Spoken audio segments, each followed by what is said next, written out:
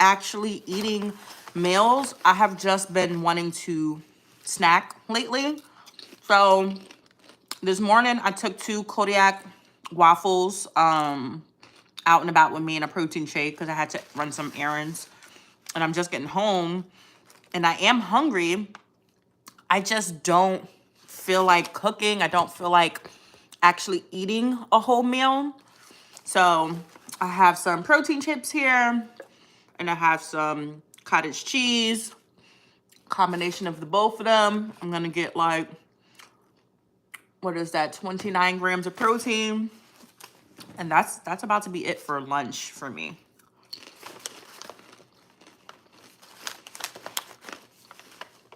How far out are you, motivation?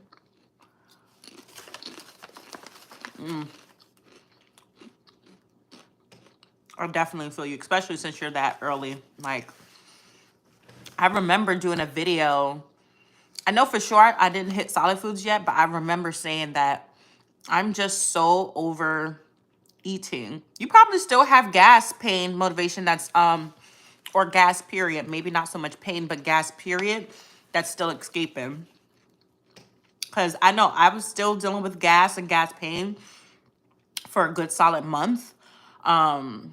Honestly, like strongly for a month, but up until I was eating solids, I felt like I dealt with gas. And I just had to keep releasing it, whichever way, top to bottom, whichever way it was going to come out of. I just kept releasing it.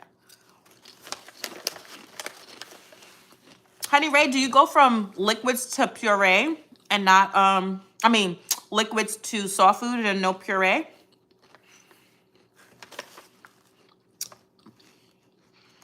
Yes, it's so crazy how fast your body, I feel like, starts to feel healthy. I dropped majority of my weight in the first 6 months. So half of that was in the first 3 months. And so I tell everybody, those first 3 months, I felt better. Like my joints felt better. My blood pressure immediately went to a normal range. My heart rate had dropped to a normal range. I just overall felt better. And I had only lost like maybe 30 pounds by then too. And so it's just crazy how weight will affect your body.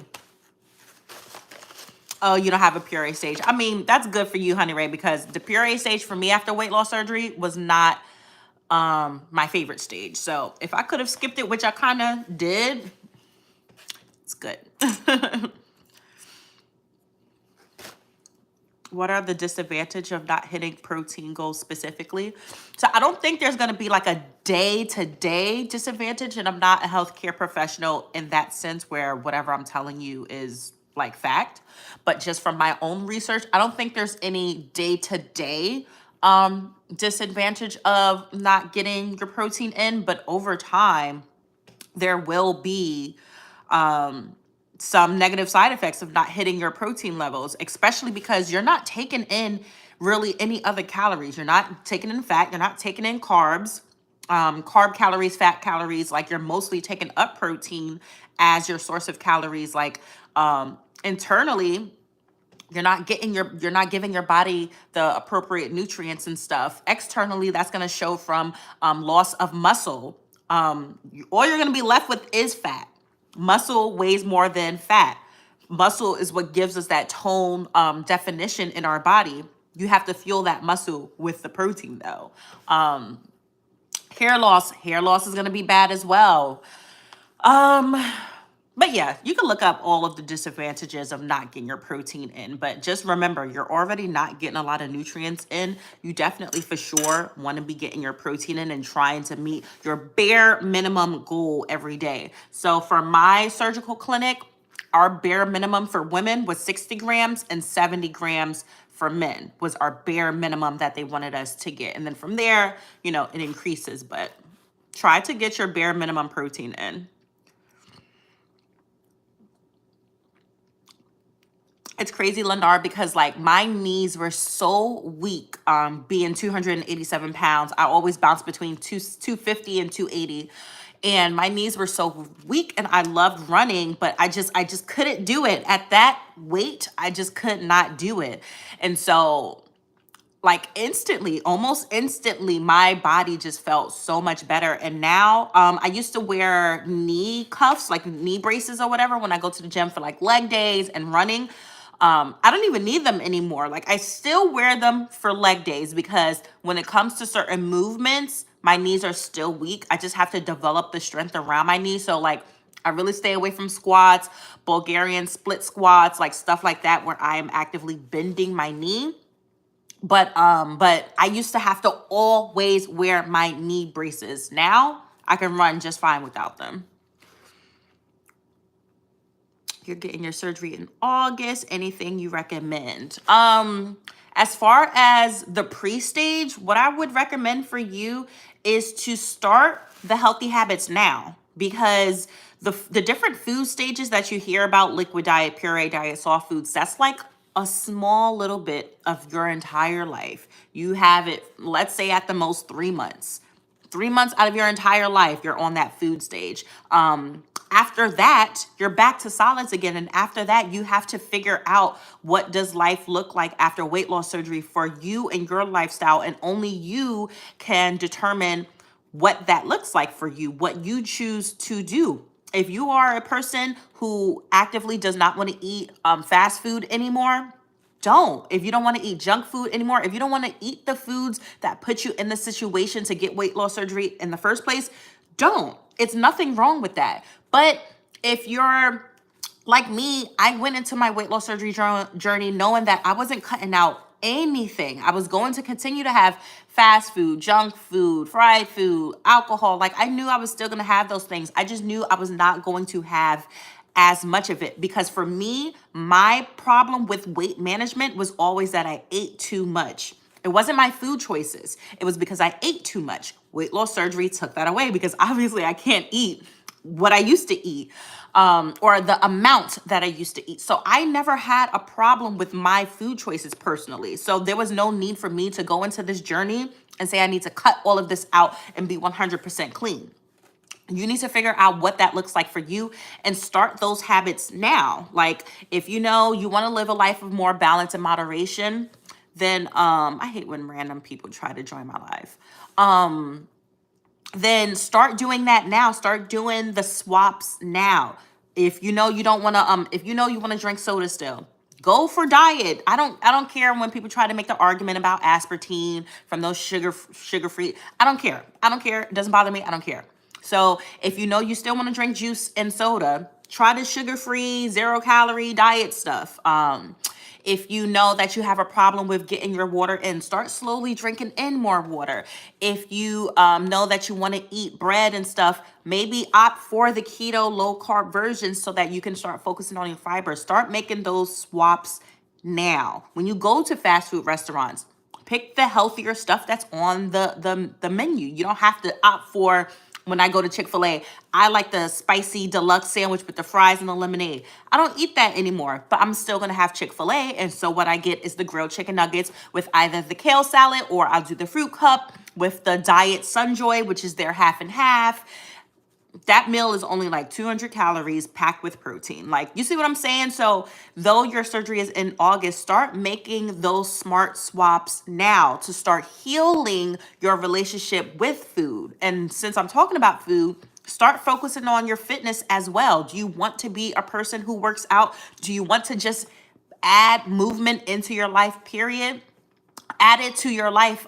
Start now. You can start by just going for a walk, or figure out activities that you actually like to do that will sustain movement in your life. So, you know, I don't really like the gym.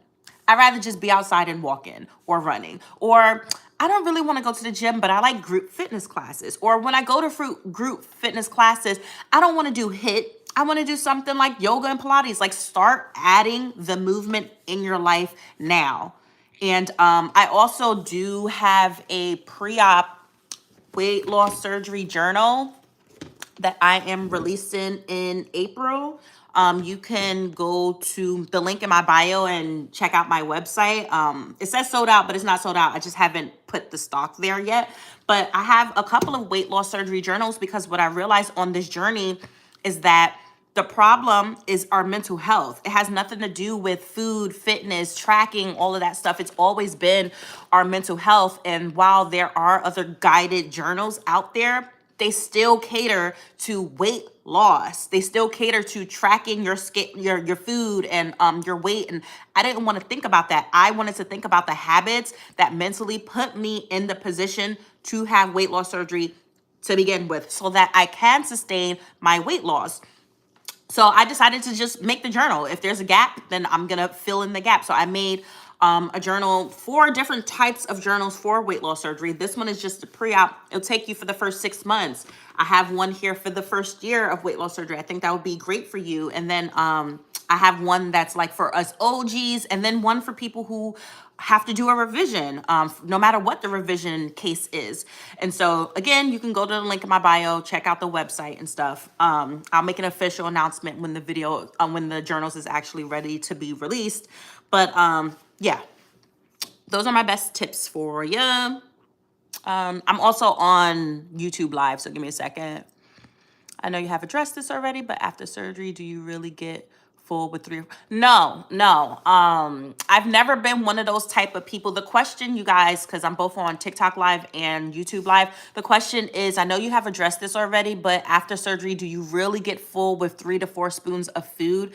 Maybe in the very beginning, like as I was making my way through the food stages, but I have always been, in comparison to other people that put their stuff out on the platform, and this is a bad thing to do. Don't, comparison is the thief of joy. But in comparison to other people, I always felt like I ate more. Than this 3 or 4 scoops. Or when they tell you to only weigh your food like 4 ounces on a plate. I've never done things like that. I've always felt like I've eaten more, but I've also lost 104 pounds. So did I really eat more? I feel like the only way you can really gauge how much you specifically should be eating is what your body is telling you. In this journey, start listening to what your hunger cues are, what your full cues are, and what your body is telling you that it needs. So some days I'm not hungry. I'm not gonna force myself to eat. I'll try to at least bare minimum get my water and protein in, but some days I am at 800 calories. Some days I am famished and I'm starving and I am like at 1600 calories. Most days though, I cruise at 12 to 1400 calories. I'm eating 150 grams of protein. I do suffer, because the next question is real hunger versus bored hungry. I'm still figuring that out. Like, am I actually hungry, or am I just bored? Sometimes I do still suffer from boredom eating, especially when I'm at work, because I work as an ER tech overnight. It's nothing to do. I'm still actively burning calories because I'm moving around and I'm bored. So now I'm just eating. And so, but the difference with me now than before weight loss surgery is that I'm recognizing my downfalls. I'm recognizing and holding myself accountable. So I know that about myself. I no longer suffer from emotional eating, but I still suffer from boredom eating.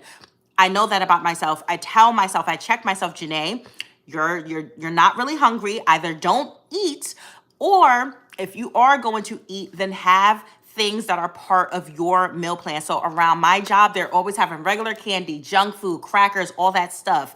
I indulge in that. So instead, I pack that stuff with me. I grab things like the protein chips or the 0 sugar candy. And so that way, when I am bored and I do feel like indulging, I have macro-friendly stuff for me. That way I'm not eating the regular stuff, and then I sometimes beat myself up because of the food choices that I made. I'm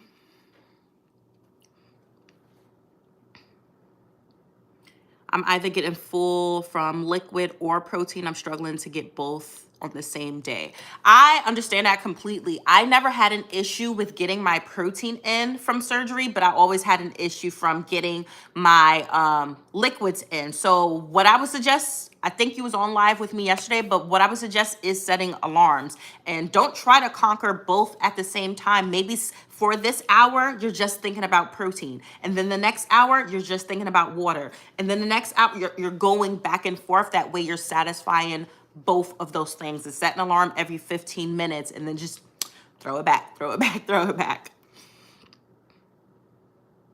Yes, you can ask whatever questions you want. It doesn't have to just be food related. Oop, sorry guys, you know I ramble and then y'all drop in all of these questions and then I like to answer all of the questions. So give me a second to scroll up and see. Plus I'm bouncing back and forth between TikTok and YouTube. You just did bypass your 2 weeks in. Yay, how's it going for you? Can't wait to have a ginger ale. I love me some ginger ale, and I still indulge. You know, Black people love ginger ale, and I still indulge in ginger ale. I just drink diet. I don't like to get my calories in from liquids unless I'm having alcohol. Besides that, if you see me drinking anything, it's most likely it's actually 100% diet or like 0 sugar, which makes it no calories or 5 calories.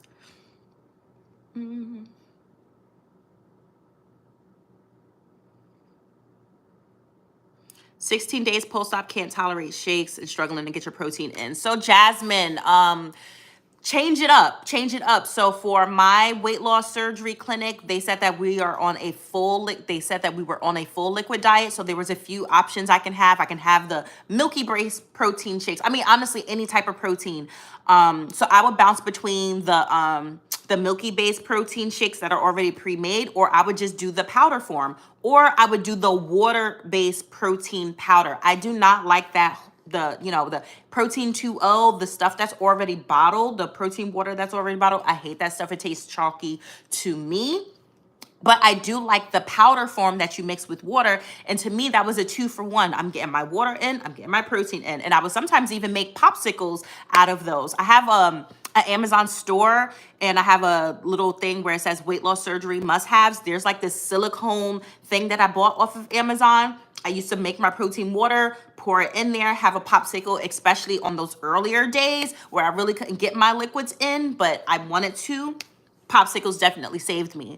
Bone broth. People don't think about bone broth, but a serving of that has 10 grams of protein in it. And sometimes I would throw in collagen in it.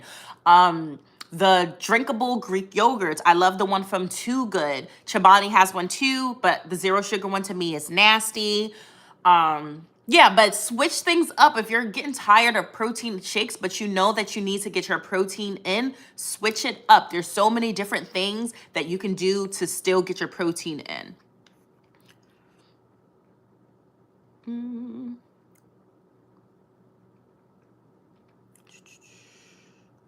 I love when y'all chat to each other because I really do try to answer all of the questions, and sometimes y'all jump in and just, answer the questions for me. Let me see what is on YouTube. I'm a year post-op. I can't seem to stop snacking. I reverted back to my fave chips. Can't seem to break the habit. I have such a bad habit with food. I gained almost 10 pounds since 1 year post-op. So Jess,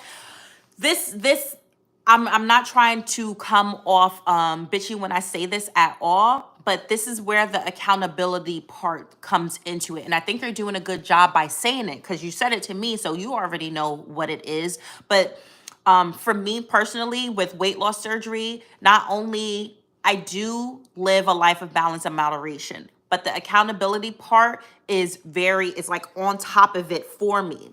And with accountability means that I'm also taking away my victim mindset, which is something that I used to have all the time. Like I used to fall victim to my own choices. You can't sit here and say, this is what I'm doing and I gained this, but then what are you doing about it? So you know what your problem is. You know that your problem is making you gain weight. Well, now what are we going to do about it? And coming up with a game plan and actually challenging ourselves to fix it. And so there are some times where I'm just like, I'm eating whatever. I don't really care. I'm not tracking anything. And then I bounce between 183 and 187. And there are some times where I'm creeping up to 189 and I like something in me just triggers me to just be like, whoa, Janae, you know, you're doing too much. It's time to reel it in. But with reeling it in, I don't over restrict myself. I don't say, you know, we're doing a what is it called, a pouch reset, and we're only going to drink liquids for 3 days and we're going to go in the gym and go hard. For me, I found that I check myself, and then the next meal, not the very next day, the very next meal, the next thing I'm putting in my mouth, I'm actively making a decision to have a healthy choice. And we forget to lean on our resources, our medical resources. We just get cut open and think that we have to now do it all by ourselves. No. If you find that you're gaining weight again, or you can't shake that last 30 pounds and you really want to, or you're starting to struggle with emotional eating or whatever the case may be, go to your doctor, go to your surgeon and say, hey, this is my problem. I don't want to go back. Help me now. If you're paying for insurance, you're already paying them for them to do it. Get a referral to a therapist to figure out if you need to continue to work on your relationship with food.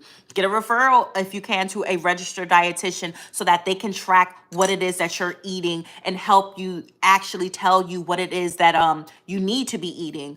Go to your doctor, tell them, hey, is there any weight loss medication? You know, my first tool gave me all that is going to, but I want to lose more weight. Can I get weight loss medication? You know, lean on your resources, but also hold yourself accountable and don't fall into that victim mindset. If you want to make the change, make the change. That's just how I see it, though. That's how I choose to live my life now.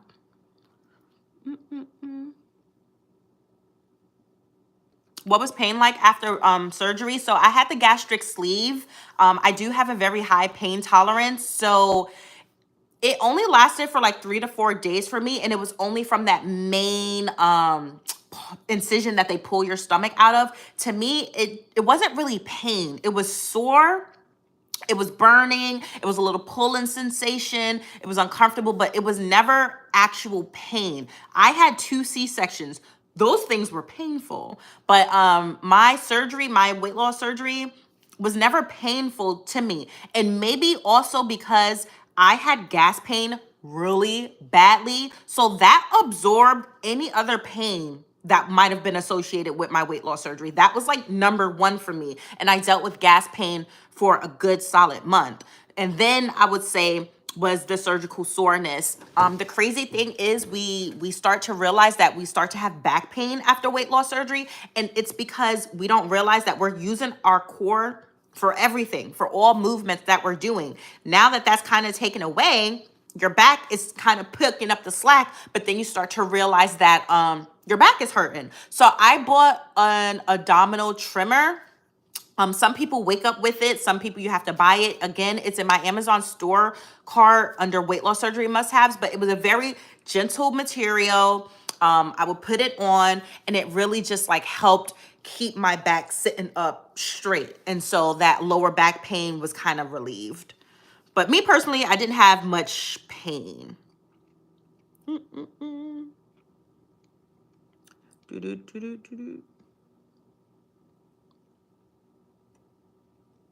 Feel alone in this journey, or feel people don't understand us. So Amy, I found that even if you have a support system, like I have a support system, everybody in my life was for me getting my weight loss surgery. Some people, that's not the case. But no matter if you have support or not, I find that this is a very lonely journey. Nobody, unless somebody in your house also got cut, no one is going to understand what it is that you are going through. Like nobody can relate. All they can do is kind of cheer you on. But you know, if you're going through the nausea, the vomiting, you know, body dysmorphia, the rapid weight loss itself, the changes in hormones, the hair loss, like everything we deal with, no one else is going to understand. And so even if you have a support system cheering you on, it still feels very lonely, especially when, you know, these things are happening. It's exciting. I tell my husband, and all he do is be like, oh,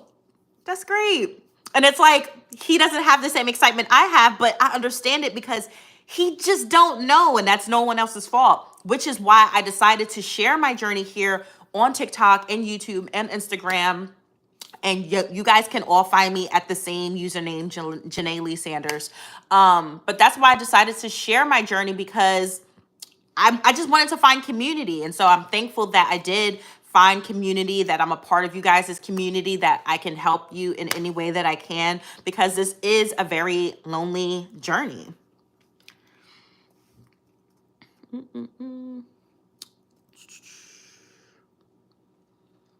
Okay, let me see. I'm catching up on YouTube Live, guys. The comments. I honestly don't have a support system. I look to YouTube. I lost my insurance.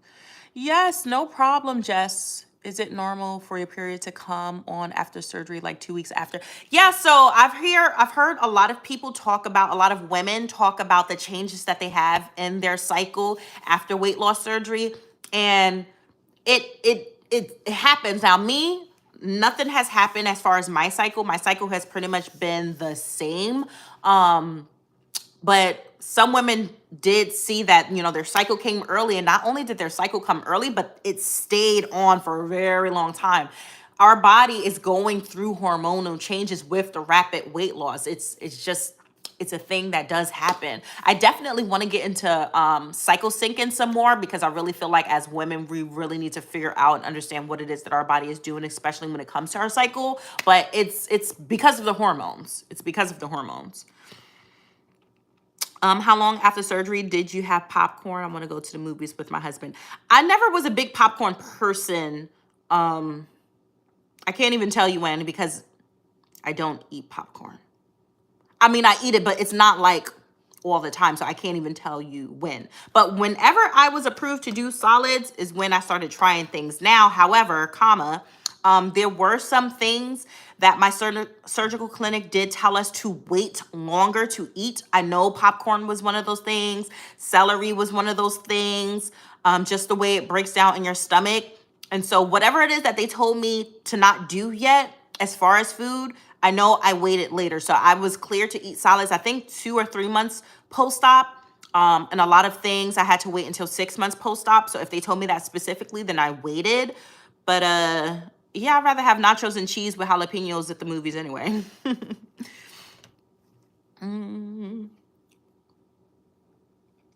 Hey, y'all. Thanks for joining the live. Thanks for joining the live on both TikTok and YouTube. If you don't follow me on Instagram and TikTok, for my YouTube people, it's Janeeleesanders. You will follow me. You can find me over there. And then for my TikTok people, the link is in the bio. I make YouTube as well. I'm at the end of the chat, so if y'all have more questions, go ahead and drop them, because I'm caught up on all of the comments.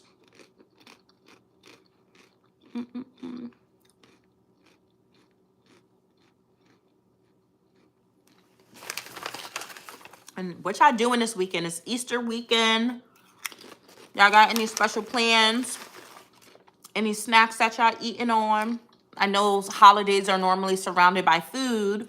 Some of us struggle with that, so let's talk in the comments. Have you ever experienced dumping syndrome? I have. I've only had dumping one time. Dumping to me is like the poops, but apparently there are other ways that you can dump. But to me, I define dumping as poops, because that's what it was explained to me as. So with that definition, I've only had one dumping syndrome experience. I was 7 months post-op.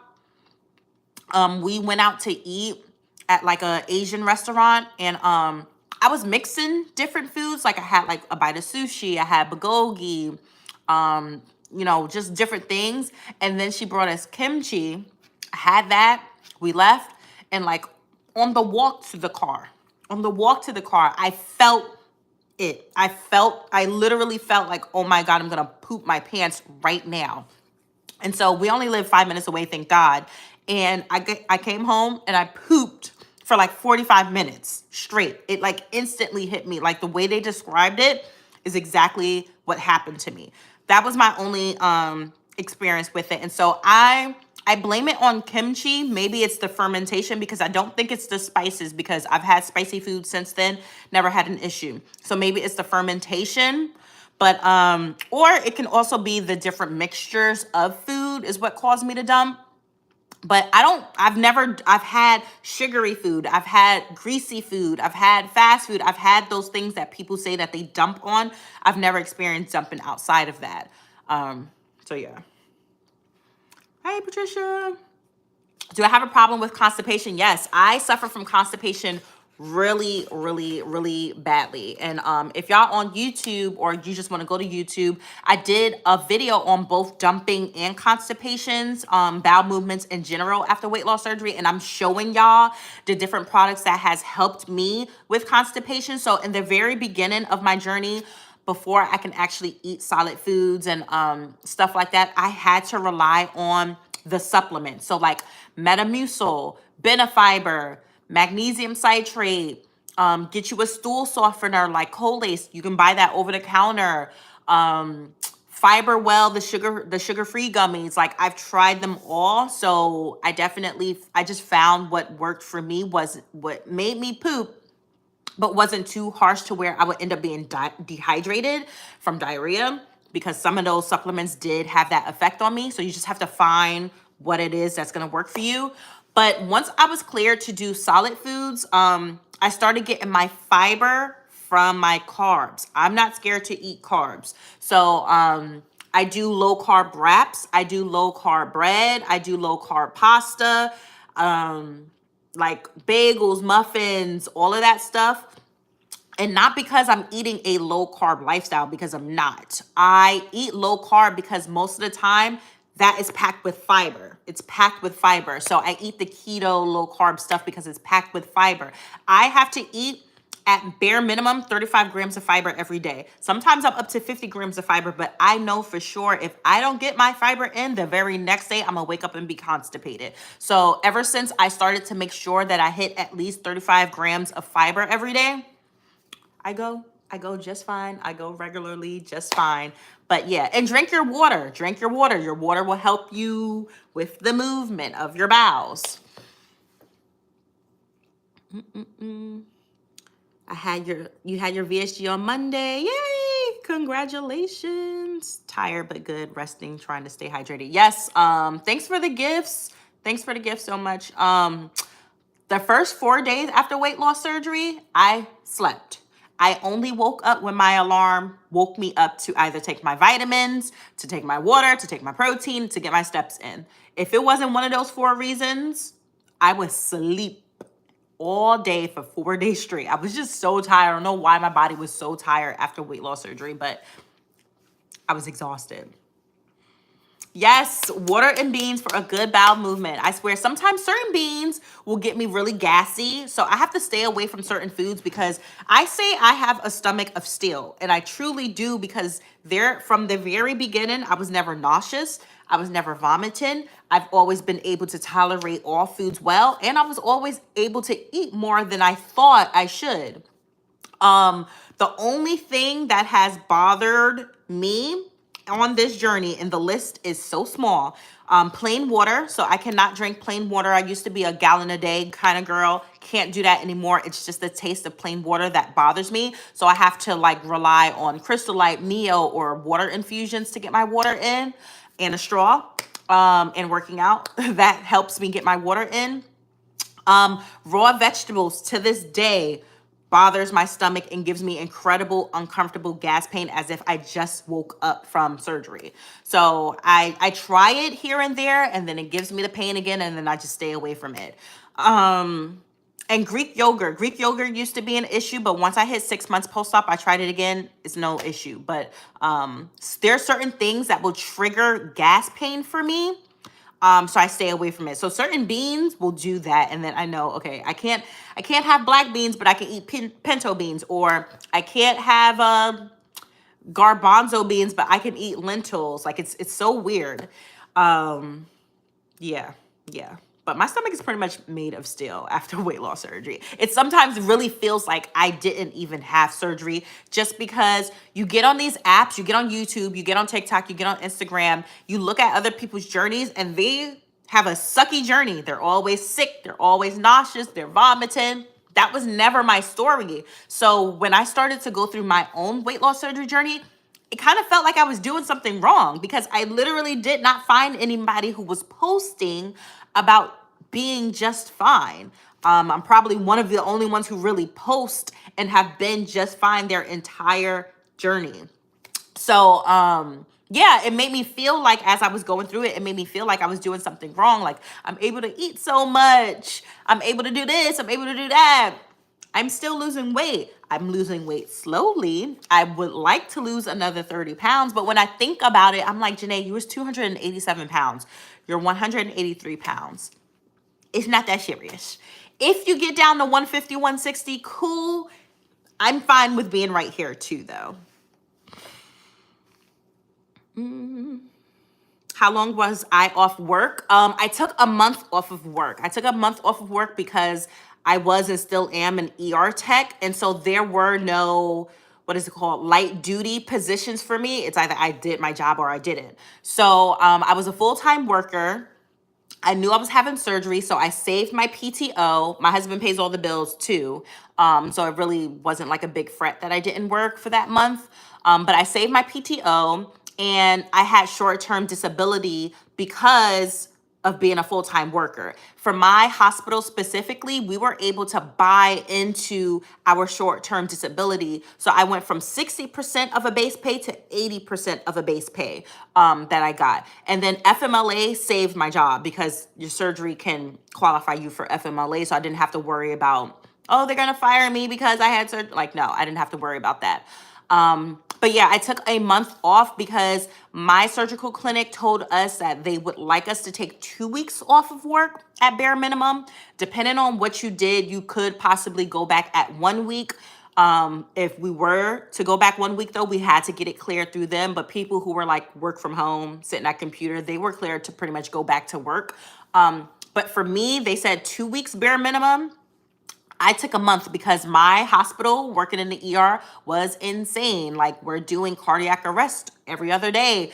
We having strokes come in every day. Like, people are falling, people are sick. And so I was out there grinding. And even when I did go back to work, there were times for a good like month of me being back to work, there were times where I felt like I was so lightheaded and about to pass out just because of all of the movement, but I'm not taking in enough calories. But I'm like, I'm at the perfect place for me to pass out at. But yeah, I never passed out, but there were times where I felt like super lightheaded, and my nurses, they all knew that I had surgery, so they would just tell me to go sit down. But yeah, I took a month off of work. You're 2 days post-op and you're struggling to get your water in, let alone protein. And that's understandable, Ashley. I don't know.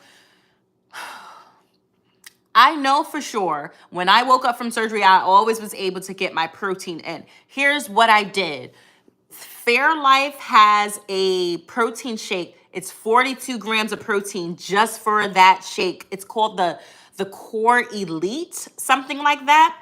So I made sure to have that for, I made sure to buy like one bottle. I had one bottle a day for the 2 weeks that I was on the liquid diet after surgery, because I thought to myself, if I can only make it through this 14 ounces of a protein shake, I at least got 42 grams. And people say, you can't have that. Your body's not going to absorb 42 grams in one setting. I'm not chugging that bottle. I literally would spread 14 ounces for the entire day. So once I made it through, I'm like, all right, I'm gonna do protein water. The protein water mix that I used was Isopure. I'm pretty sure 1 scoop was 20 grams of protein. So I would again mix that in with another 16 ounces of water. I knew, all right, if I can finish this, then that's my bare minimum of 60 grams of protein. This is how the math worked in my head. And now for the rest of the day, all I have to do is worry about water. For my clinic, they said that we needed to have 64 ounces of fluid, period, for those first couple of months, not just water. And that is where I confused things at and I messed up. And maybe y'all are thinking so much about your water and your protein. It's 64 ounces of fluid, period, so that you don't stay dehydrated. So that's with bone broth, that's with water, that's with your protein shakes. It's 64 ounces, period, so that you won't be dehydrated. As you start to be able to tolerate more, then they separate the two and say, all right, now at minimum, you need to get 64 ounces of water outside of your protein and whatever other fluids. I hope that makes sense. But for like a good 2 weeks, I thought it was 64 ounces of water plus the protein, and I was struggling. But at my 2-week checkup, I told them about it, and they're like, no, no, no, no, no. It's just 64 ounces, period, so that you won't be dehydrated. And then we start working things up. So I was like, all right, bet. I have a 14-ounce protein shake. I have another 16 ounces that has water and protein. And then for the rest of the time, I just focused on, what's the math on that? 16, 14, I had like another 34 ounces of water to just get, or fluid, period, because I also would do bone broth to get for the rest of the day. Never was dehydrated doing that.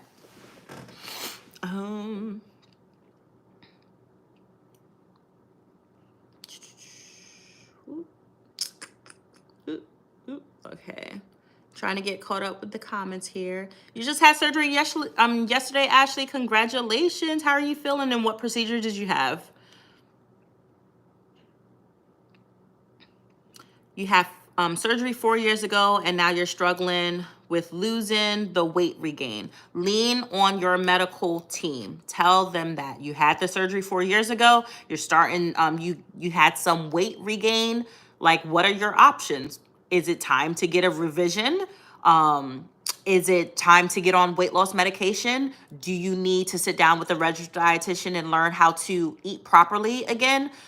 Don't think you have to do it alone. Lean on your medical professionals and don't wait until you gain all of your weight back. You gain 100 pounds back. You gain 50 pounds back. Like, the moment you're like past 10 pounds and it is not coming off, I'm gonna be knocking on my doctor's door. Hello, we need to talk.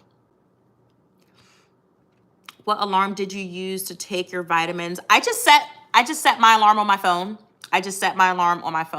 So I would do an hour. I did an hour. So if I woke up at 8 and I knew I wasn't going back to sleep, even though I slept for those first 4 days, on a day-to-day basis, I will wake up by 7 or 8.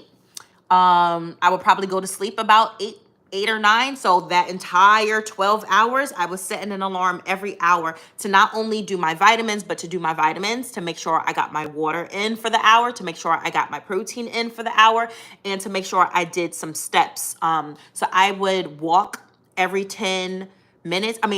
I would walk for 10 minutes for up to 6 hours. So pretty much doing an hour of cardio every day by just walking, and I broke that up. So I did it for an hour. 10 days post-op and you already went to the gym. If that's what your doctor cleared you to do, then cool. I wasn't cleared to work out until 4 weeks post-op for cardio, 6 weeks post-op for weight training. And but I was told to walk that entire time, from the moment I woke up off of that surgical table until I was cleared to work out. So that's what I did for the first 2 weeks. I broke up my walks by 10-minute increments until I got to an hour. Then once I started to like feel like I have energy again, then I did like 30 minutes of very light walking. I have a walking pad in my house. So that's what I used. We lived on the 3rd floor, so I did not do too much like walking outside, just because I had to deal with the steps. But yeah, I would just break it up like that until I could handle it. And then by the time I was able to walk for an hour consistently, the month was over and I was cleared to do cardio. And I was in the gym getting it in. Do you recommend staying under 50 carbs a day? I recommend you talk with a registered dietitian, Ashley, and see what is best for you. I don't eat a low carb lifestyle. I don't. The only reason why I pick low carb items is so that I have the fiber. But as far as like nutritional advice, I definitely advise y'all to get with your doctor or registered dietitian because they will be able to best guide you for your specific goals. And I don't even track anymore at this moment. I can't even tell you how many carbs I eat, but it's probably like 80 grams of carbs, 100 grams of carbs, somewhere around there, 150 grams of protein. Like that's what I'm doing. But yeah. And no, I'm not gaining any weight. I bounce. I have a 5-pound bounce, and that's about it. Hey Essence, hey girl. She told me as long as my protein is high, then my carbs will automatically be low. It depends. Are you calorie tracking? How far out are you, Ashley? But are you calorie tracking and macro tracking? That might not be the case though, because even at the beginning when I was focused on, yay, we hit the live goal. Thank you so much, Honey Ray. But even when I just like in the beginning, I was on some low carb. I wanna lose as much weight as possible, low carb. And so I would eat like high protein. I was still hungry. So I feel like that's a myth for my body. I'm just because I eat more protein doesn't mean I'm automatically gonna eat more less carbs. Like I'm still hungry. So the rule for the most part that I follow, and this is not from my registered dietitian, this is just me listening to my body and what seems to be working for my body. I do about 50% of protein, 30% of fat, and 20% of carbs. I'm on both of my phones, so I can't even tell you what that breakdown is, but I'm pretty sure that's somewhere where I do that at. I try to make sure that my saturated fat and my fat in general is low because I have high cholesterol. So I try to pay attention to that. And then, like I said, I eat about 150 grams of protein. And so my carbs sit anywhere between 70 to 100. It really just depends on my movement too. But I also don't count like total carbs. I really focus on net carbs because I know I'm eating a lot of fiber. And when you're eating a lot of fiber, you're naturally going to be eating higher carbs. So yeah, I hope that makes sense. What y'all going on? Nothing, girl. We just talking on this Friday. Now it's the afternoon for me. What you got going on? Your team says only count protein and they want you to be low carb, high protein, high fiber. See, and that's the thing. It's tricky because they can't tell you high fiber and be low carb, especially if you're getting your food, your supplements out of real foods. Now, if you're still using fiber supplements, then I can see you being low carb. But if you're getting your fiber out of real foods, I don't see that really happening. Yeah, and again, like I said, I eat anywhere between 35 to 50 grams of fiber. So if I'm thinking about my carbs, and I get this out of real food. So if I'm thinking about my carbs, I'm definitely anywhere between 60, 80, 100. Anywhere in that range. Just depends on the day. Do I log my meals? Yeah, I do. I use the Lose It app. I don't use MyFitnessPal. I prefer to use the Lose It app. Plus, I won a lifetime membership, a free premium lifetime membership with them, so I naturally just use it. But yeah, lately though, I've just been learning how to maintain my body and kind of do some intuitive eating. So I don't really weigh my food anymore. I don't really track my food anymore. I've never, like I said, have an issue with getting my protein in. So I don't even have to count my protein anymore because I know I'm getting my protein in. So as of right now, as of the last few months, I have not really been like tracking. I haven't been weighing myself too much. I haven't I've just learned, a lot of us have been on a weight loss journey, probably our entire lives. For me, it's been the last 13 years. So now that I'm closer to my goal weight, I want to see what does maintaining my weight look like. I've maintained 250 pounds.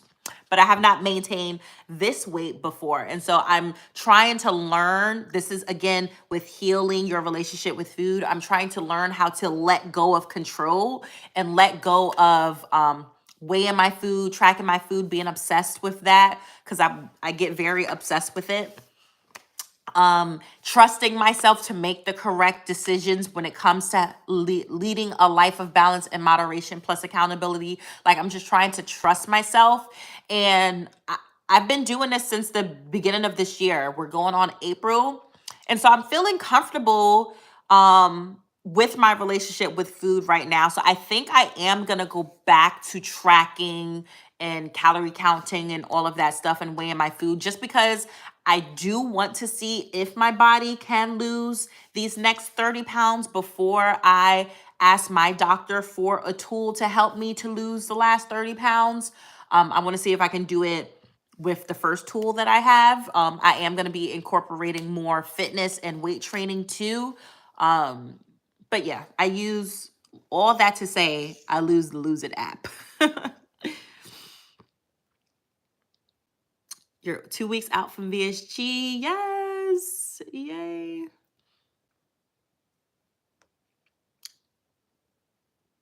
So Jess Nicole, you don't have surgery yet. You're still pre-surgery. So how can you tell that you're full off of weight loss surgery? It's definitely not a dumb question. And I think this question will continue to evolve for you as you go through the different food stages. So for me, like, I already knew I was not able to eat a lot in the very beginning. It's literal pain. There was this one time, I think I was 5 days post-op. We were out and about. I didn't bring no liquids with me. We were only out for 3 hours, but that was a stupid decision on my end. I didn't bring no protein shake or water or anything with me. So when I came home, I was so hungry. And so I like drunk like 8 ounces of water really quickly. Then I had like 6 ounces of soup. Then I had like another 6 ounces of soup, something like that. I had pretty much like a good 20 ounces of fluid in 30 minutes. And when I tell you, that shit hit me like a ton of bricks. My stomach was so full, uncomfortable full. I had to force myself to vomit pretty much. But yeah, I knew then I was never going to push my new pouch until I was uncomfortably stuffed ever again. I literally cried for the rest of the night. So I don't allow myself to eat until I'm stuffed or even full. I just allow myself now to eat until I'm satisfied. And you know that feeling of, oh my God, I'm hungry. Now you're eating, and that feeling of, oh my God, I'm hungry is gone. And you're satisfied, but you know you can eat a little more. That's the part that I stop at. Like, I know I am no longer hungry, but I know I can eat some more and be greedy. I don't go past that point anymore. Sometimes I do, especially when the food is good and it's calling my name and its taste buds is going. Sometimes I do, and I do pay for it because I feel uncomfortable once the food settles in my stomach after 30 minutes. But most of the time, I like, it's just a feeling. It's literally just a feeling. I can't even describe it, but you just know in your head that I am no longer starving, but I know I can eat a little bit more.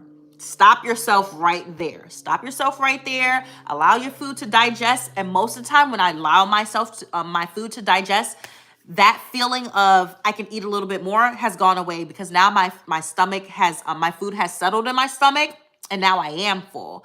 But if after 30 minutes, after having some water, if I realize, no, I am still hungry, then I'll go back and eat. I'll have something else. But it's literally just a learning game. Some people do have like full cues though, like their nose will run, or I don't know. I feel like the nose running and the burps are the main two that I always hear about. Sometimes I do get the burps, and I know that I'm approaching full. And but by then, if I'm getting the burps, and I also ate too much in that setting, I ate past the point of I'm satisfied.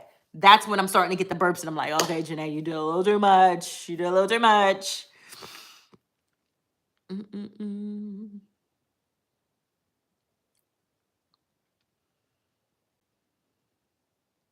Body dysmorphia, Riri, really is a thing. It really is a thing. Those first couple of months, I really didn't pay attention because from like 0 to 6 months, I didn't see the weight loss. And so by the time I got to Wonderland, which was at my 6 month mark, that's when I started to kind of see the weight loss, especially because I saw the number on the scale. And so I knew if I went from 264 to 198 in 6 months, then I know I should be smaller. But when I look at myself in the mirror, I was like, whoa, I still look like I'm 287 pounds. Like, what's going on? So from 7 to like 9 months post-op, I suffered from body dysmorphia really badly during that time, especially because you have to consider where you carry your fat, because that's also where you're going to carry your loose skin. So I know I'm very top heavy. Like my loose skin is all in my stomach here. Like this is all loose skin right here, and it still has fat in here. And then my arms too. Like I carry my loose skin all in my arms, and there's still fat in here. Like my everywhere else on my body is small, but this is where I carry my loose skin. This is also where the last 30 pounds is sitting at. Like I'm convinced nothing else is going away. It's literally all right here. And so because of that, especially as a woman, when you want to wear certain things, like, tight dresses and halter tops or whatever the case may be, like the body dysmorphia was kicking my butt at that point. The only thing that helped cure my body dysmorphia was literally just getting used to being in the body that I'm in right now. And so from 6 months post-op, I was 198. I am almost 13 months post-op now. I'm 183. I've only lost 15 pounds in the last 6 months. And so because my weight loss at this point has been slower, it allowed my mind to catch up to where my body is at now. Because the weight loss is so rapid, your mind hasn't had a chance to catch up. And I feel like that's where the body dysmorphia comes from. But since my weight loss for the last 6 months has been slower, I'm comfortable in my body now because I'm used to seeing myself now. And now I know for a fact, Janae, you are smaller. You're not that 287, 264 pound girl anymore. You are 183. I actually do see it and believe it. I'm okay with my loose skin. I'm going to get it cut off though, but I am okay with it. Like it's not bothering me anymore. And yes, some days I still do have bad body image days. But it's a work in progress. Hey Taylor, your 4 days post-op. You've watched a lot of 1 week post-op videos. Majority have lost anywhere between 10 to 20 pounds. I have lost none so far, trying hard to focus on healing. If you're only relying on the scale to track your weight loss, then you're only failing yourself.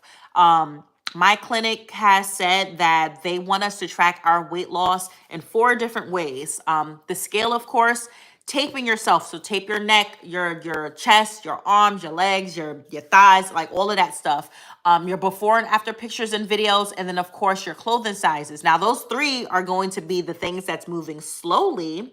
The scale does give us that instant gratification, but all of these are just tools to see what our body is doing, especially when you're in the beginning stages of your weight loss surgery journey. Ooh, excuse me.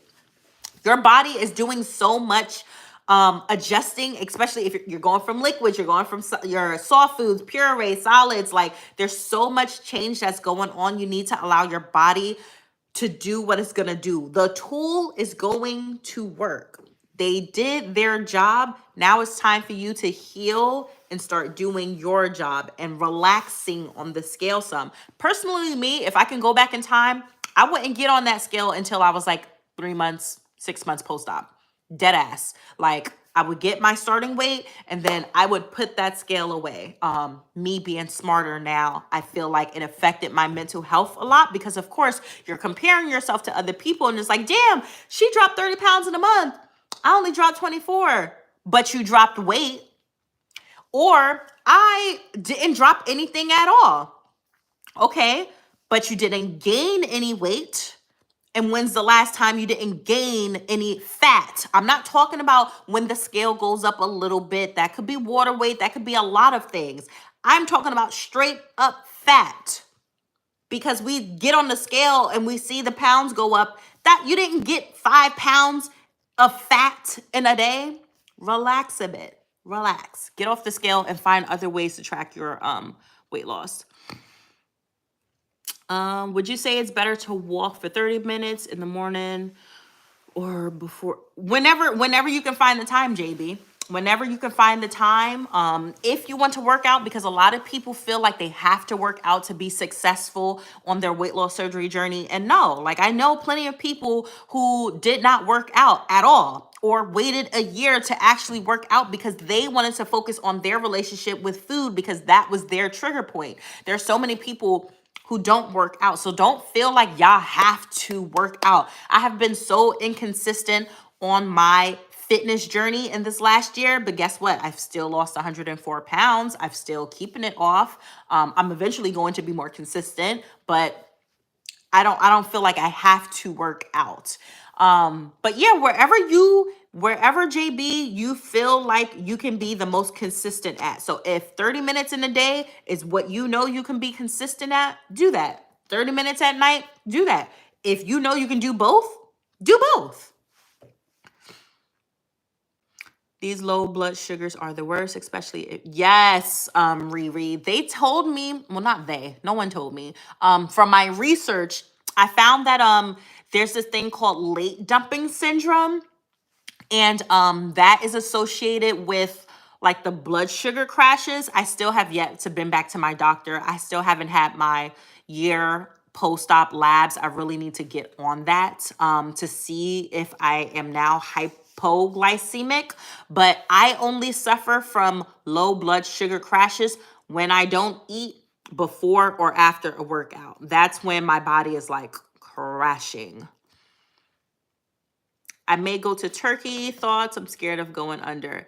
You do whatever it is you feel like you need to do. A lot of people are going out of the country to get their weight loss surgery because they can't get their insurance to approve it, because it's cheaper. Like a ton of people are going to Mexico. Like I always hear about Mexico. I have insurance though, so I didn't have to worry about that. But all I say is do your research. Talk to other people that might have went to the clinic that you're thinking about going to, and do what's best for you. Do what's best for you.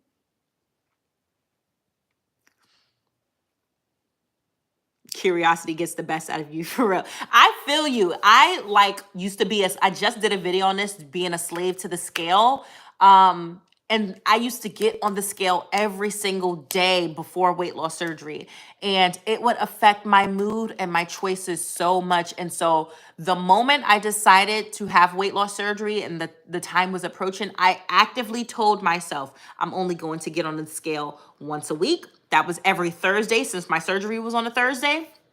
And I was only going to weigh and tape myself once a month. And I did that. Oh, it's making me do the puzzle. I did that honestly all the way up until like 11 months post-op. And as I started to get closer to my year post-op, I actually stopped weighing myself every week. Like sometimes now I weigh myself a few times a week now, but I'm not like dependent on it. Like it's in my bathroom. I'll jump on the scale just to see what my body is doing. And I'm like, oh, that's how I know I bounce between 183 and 187. But it doesn't, the scale no longer like affects my mood anymore. It's not like, it doesn't have a hold over me. I don't feel like I need to get on the scale. And I got a lot of that from Jay. If y'all don't follow Jay Zalazar on TikTok, he's an amazing person. I think y'all should. But he has just changed my thoughts when it comes to certain things, when it comes to diet culture. And so that's what like kind of released me from being on the scale so much. But yeah.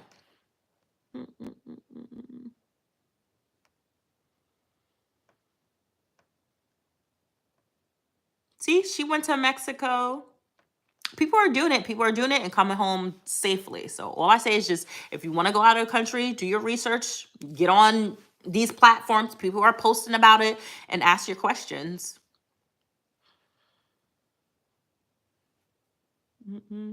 Sandy, if you're stalling, I did a video on stalls on my YouTube. You can check it out there just in case if I miss anything. But here's the things with stalls. Everyone stalls. So I don't understand why we all trip about stalling on our weight loss surgery journey. It literally happens to everyone, which means it is a normal part of the process. So that's one. That should help, relieve the anxiousness when it comes to stalling. But I found for me, if I'm stalling, it's because I either need more of something or I need to take away something. And only you will have to experiment and see what that is. So sometimes I needed to up my calories. We think we need to eat at the very lowest calories that we possibly can to lose weight. And no, your body's going to be in starvation mode. We're already in starvation mode, but your body's going to really be in starvation mode and hold on to everything it possibly can. Sometimes you need to up your calories. Sometimes you need to up your protein. Sometimes you need to up your carbs, up your fat. Do it one at a time. Do them all at the same time. Sometimes you need to drink more water. Maybe you're constipated and you're backed up and you need a good dump to actually make that scale move. It's so crazy. It literally happens to me even now, a year post-op. Earlier this week, I was at 189 and I took a good poop today and I was at 183.6. What do you know? I just needed a good poop. Here I am, even still stressing, and I just needed to poop. Sometimes you need more fitness. Sometimes you need to take away fitness. Sometimes you need more sleep. We forget that sleep and stress do affect our body, and our body will do anything to hold on to weight. If you ain't getting enough sleep, if you ain't recovering your body because you're at the gym 7 days a week, it's all going to affect the weight loss. Sometimes for me, it's when I didn't work out and I didn't track anything and I probably had a slice of Domino's pizza and I wasn't caring, and the very next day I woke up and I was 3 pounds lighter. But all week I was eating broccoli and grilled chicken and working out. Sometimes it's just the stress. But stalls are normal. Stars are going to happen. You get your sleeve on Wednesday. Yay, congratulations. The scale is definitely the devil. It is the enemy and it is the devil. And so that's why I say find other ways to track your weight loss, especially when you're stalling. And my surgical clinic has said that they don't consider us in the stall if one of those 4 things that I mentioned earlier was moving. So if our scale was staying the same or even going up, but we lost inches, guess what? You're not in a stall. If that scale is staying the same, but you're down a pant size, guess what? You're not in a stall. If the scale is staying the same, but you're looking at before and after pictures from the month, you're doing monthly pictures and you see that you look smaller, guess what? You're not in a stall. So that's what they considered for us. And if those 4 things weren't moving and it's been a month, then they would be like, all right, you're in a stall. Let's see what's going on. So technically, I have never been in a stall. In the year that I've been post-op, I've actually never been in a stall if I look at it that way, because even when I gained 5 pounds in the month of December, I didn't lose not a damn pound, but my inches went down and I went from a size 12 in jeans to a size 10. Guess I wasn't in a stall, was I? We give too much power to the scale.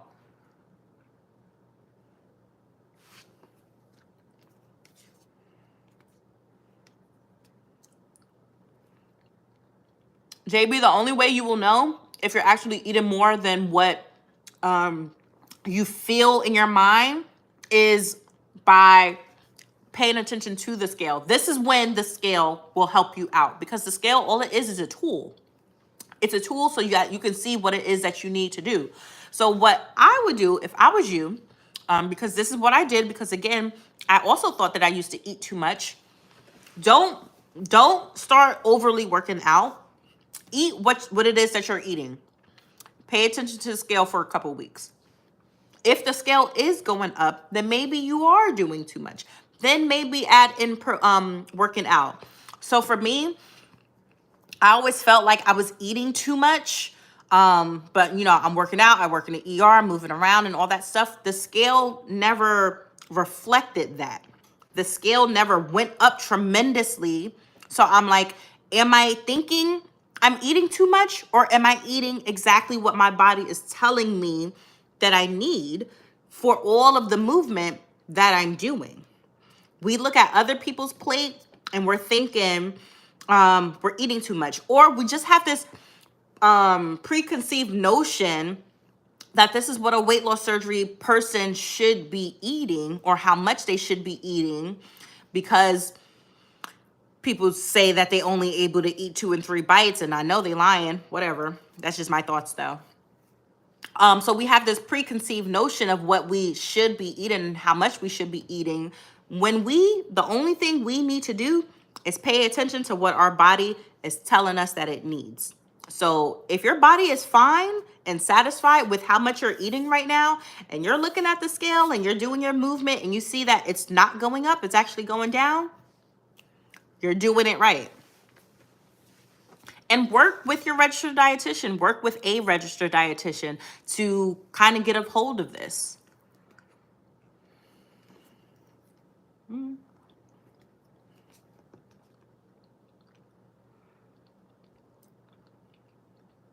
How much did you lose your first month post-op? I'm not going to tell you, Mama Ash. I'm not going to tell you, because you're trying to get that number to see if what you're doing is right. Whatever number I tell you has nothing to do with you, because we're all different people. And so I want us to stop doing that. I want us to stop asking, well, how much did you lose this month or that month? Or how much did you lose in total? Because now you're trying to take that information and compare it to yourself. Comparison is the thief of joy. Nothing I tell you is going to help your journey. So I'm not going to tell you. But I think 11 pounds in the first month is great, because when's the last time you lost 11 pounds? When's the last time you lost 11 pounds and kept it off and didn't regain? Think about it that way.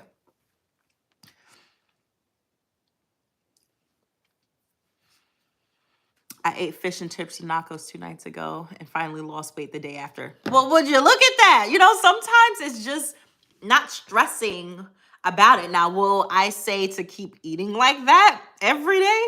No. But sometimes, I literally find that it's the moments that I'm just like, screw it, whatever, the scale magically goes down.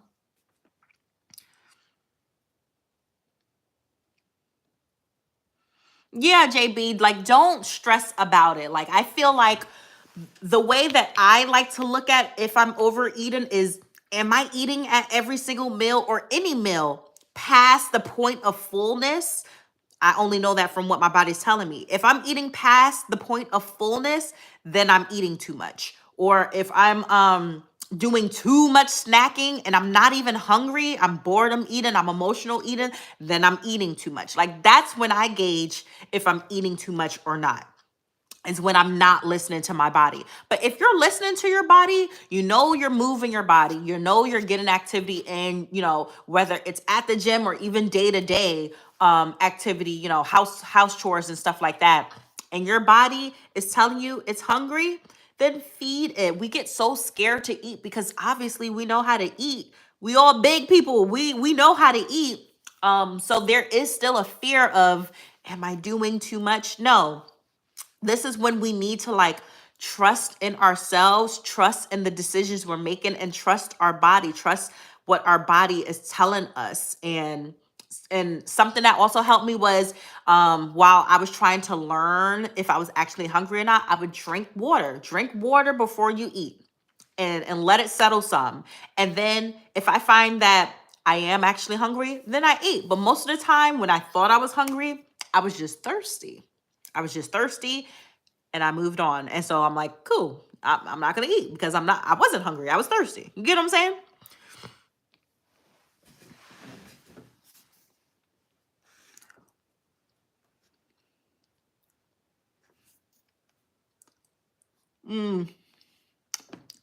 Make sure you stay on top of your pain medicine. Stay on top of your pain medicine. It will eventually go away. Are you out of the hospital yet, Tevito? Yes, it's definitely okay to plateau, Sharon. It is definitely okay. This is how I think about it. Your body, we are all doing something unnatural, and we're doing it unnatural. So weight loss, no matter how big we are, is still an unnatural thing for the body to do because we're literally killing our body. We're doing something that, as far as like homeostasis is involved, it's something that the body does not want to do, no matter how obese we are. Think of it that way. So now that we have weight loss surgery, we're losing weight extremely rapidly, something that the body does not want to do. So the body needs a second to figure out what it is that we are doing. You losing 20 pounds in a week, 30 pounds in 30 pounds in a month is still crazy to say. That's more than 2 pounds a week. Naturally, we should only be losing at max 2 pounds a week. We're losing 11 pounds in 3 weeks. Like, like think of it that way. We're doing a very unnatural thing with weight loss surgery. So our body needs a second to figure out what it is that we're doing, and it still wants to save us. It still wants to save us and keep us alive. If we did not stall, eventually we would end up being too skinny. Eventually we have to stop losing weight somewhere and allowing the body to adjust. We have to also think about our internal organs and our blood and everything in there, the nutrients that we're not getting. Like, we need to give our body a second to catch up. Okay? So the stalls are natural, but it's still going to work, especially in that first year. It's still going to work. The weight loss is still going to happen. So instead of focusing so much on the scale, focus on healing your relationship with food so that eventually when you do get there, you can keep it off, because eventually our tools are going to stop working. It's going to stop. And now we're going to have to put in the work to stay there. And if all you did was obsess over the scale so that you can get to your goal weight, but you didn't do any work to heal your mental health, to heal your relationship with food, to heal your relationship with fitness, you're going to be back on the road to regain, because you're going to still be stuck in diet culture, because eventually you are going to be able to eat more food. Eventually you are going to be able to take in more calories, and you didn't do no work to help your relationship with food. You're going to have a hard time. So like I say to myself all the time, and this is just me reflecting back on my own journey in the last year. I used to obsess over stalls. I'm not saying I'm any different from any of y'all. I used to get so broken down from a stall. I used to get so broken down that I was not losing weight fastly. I used to, like, that shit used to tear me up. And especially when I hit the 6-month mark, it seemed like I stopped losing weight. I tell y'all, I only lost 15 pounds from 6 months post-op to now 13 months post-op. I've only lost 15 pounds. If I was so obsessed over the scale, I would be doing pouch resets every freaking week. You hear what I'm saying?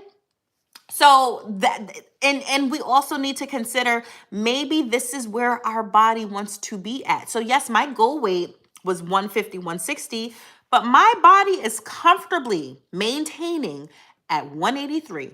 It bounces comfortably without me doing anything between 183 and 187. This is obviously, at least right now, where my body wants to be at. So when you think about a stall, your body is comfortable right there for that point. That doesn't mean that it might not come back down or go down, or it may just be fine right there.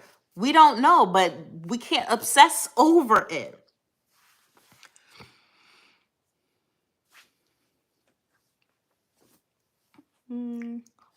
Hey, Vanessa.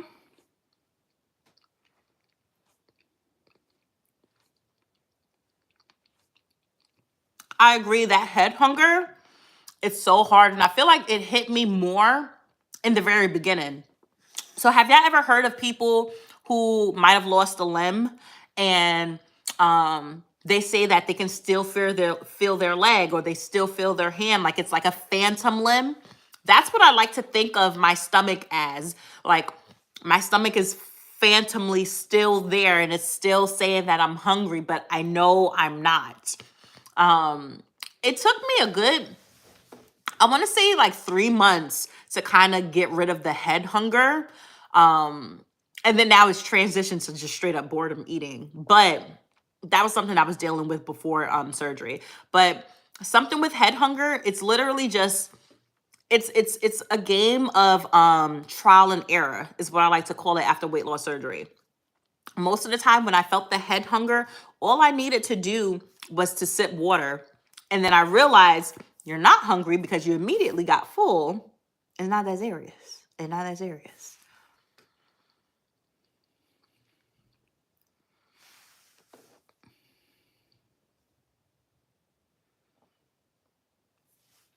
Mm,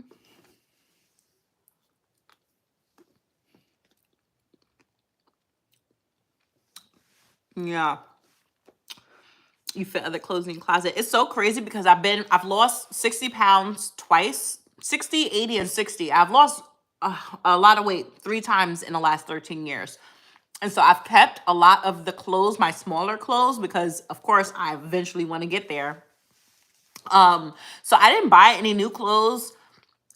Like I bought an outfit here or there, but for the first 6 months, I didn't buy a lot of clothes because I still had a lot of smaller clothes left over. But that was always my favorite non-scale victory. And that's the thing too. Instead of focusing on the scale, start focusing on your non-scale victories, because we have a lot of those and we're not paying attention to that. So for me, those first 3 months, my blood pressure went normal. My husband said, I used to sound like a bear sleeping next to him snoring. I don't even snore anymore. So I got off my CPAP. No blood pressure medication. My heart rate went from 100 pounds 100 beats per minute with me just sitting here. Now it's like at 50, 60. Like I used to be a difficult poke. And so now like my hand veins, I can see my hand veins, my arm veins, they don't have to like struggle to find my veins. Like I love non-scale victory. So when you're starting to get down about being in a stall, stop yourself for a second and think how far you already came. I had so many non-scale victories in just 3 months post-surgery. And it's actually helped me again heal my relationship with food and fitness and just my relationship with weight management in total, because I'm like, these are the things that we take for granted.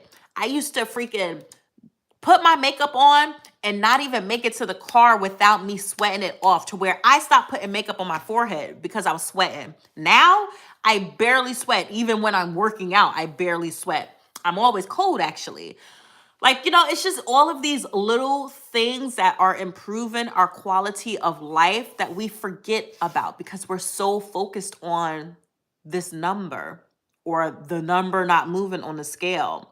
And it's just having a little bit of gratitude of what we're doing in our journeys. I feel like, sometimes when we're so focused on the scale, we're robbing ourselves of the journey, because the journey is happening really fast. Like we're losing weight really fast.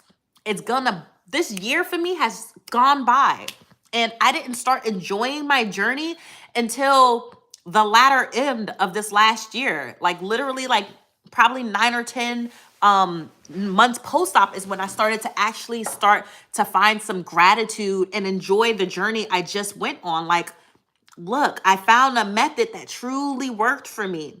And all I did with this last year was bitch and complain that I didn't get to 150 pounds or that I didn't lose 100 pounds in 6 months. But I lost 100 pounds. But I lost 100 pounds and I'm keeping it off. You know what I'm saying? So just in those moments of being frustrated with the scale, stop yourself and truly think about a non-scale victory that you just had. The fact that my kids can hug me and their hands are touching each other, that they can interlock their fingers when they're hugging me, that I can pick up my 3-year-old and not be like, damn, my back, that I can run after her. You get what I'm saying? We have to give ourselves grace and just enjoy the journey a bit. And I started to think about it as romanticizing my weight loss journey and finding joy in other things. Like, okay, I'm finally able to shop in the places that I want to shop at. So I'm going to treat myself when I hit a new goal weight or something like that. Like, okay, I never used to really take good care of myself But now I'm like digging into skincare and just body care. Like I used to just jump in the shower and walk around all day ashy. Like I'm taking a beat now that I'm not so focused on weight. I'm taking a beat to actually take care and pour into myself. These are things that we're missing because we're so focused on the scale.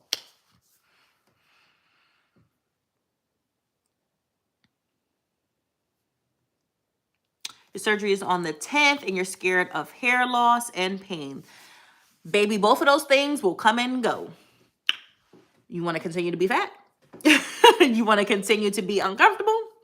You want to continue to, do all the things and deal with all the things you dealt with? Because I went into the journey knowing I was going to lose my hair. It's my body's natural reaction to stress. So when I had COVID, I lost my hair. And with my second child, I lost my hair. So when they told me about hair loss with weight loss surgery, I already knew what it was going to be. I already knew it was going to make me emotional, but it was what it does. Because guess what? My blood pressure was at 200 over 110, and it was actually giving me headaches. Would I prefer to continue to live through that or lose my hair for a couple of months and know that it's going to grow back?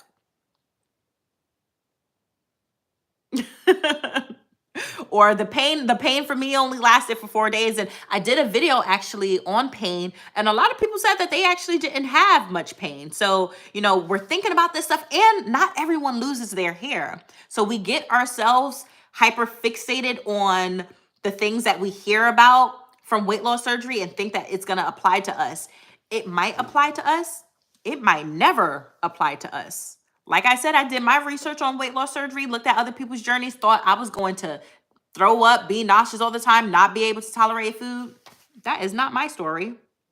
So don't get fixated over what you think may happen. And even if it does happen, it's going to eventually come to an end. But guess what won't come to an end? Your weight loss. You will be so much happier. Think about it that way. You get what I'm saying?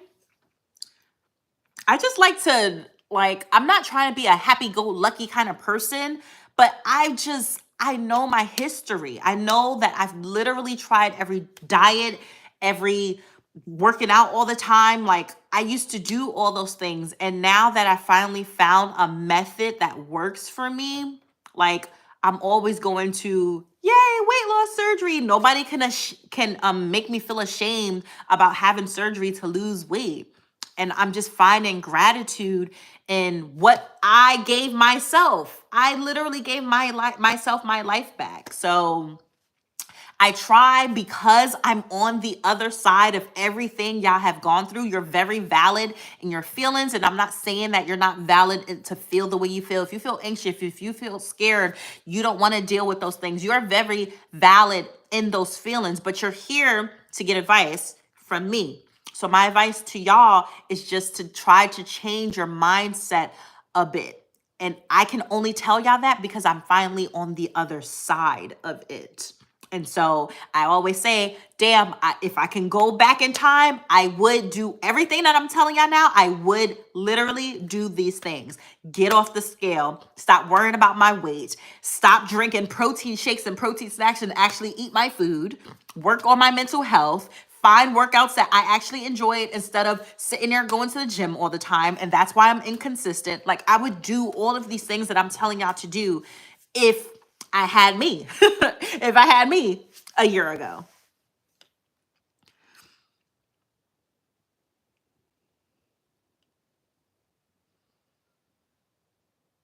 Oh my God, JB, that was my most favorite non-scale victory, was going to the mall and trying on clothes. And I still do it because, again, even though my weight isn't shifting, my inches are. I literally, a month ago, I went to American Eagle. They had some, they already have the good stuff out for summer, like the shorts and the skirts and stuff. And so I saw some skirts. I was like, let me try some on now. The last time I bought clothes was in December. I was a size 12. I was like, okay, I know I'm a little smaller. Let me grab a 10 and an 8. I tried on a 10 and an 8. I had to tell that lady, go get me a 6. Girl, I'm girl. I don't know if you're a boy or girl, but look, I'm going to say girl. Girl, because I call all my friends girl. Girl, That's how you know we here, because I'm like fully in the conversation. Girl, I went home with 3 skirts and a size 6. Like, talk about non-scale victories, okay? Talk about a non-scale victory.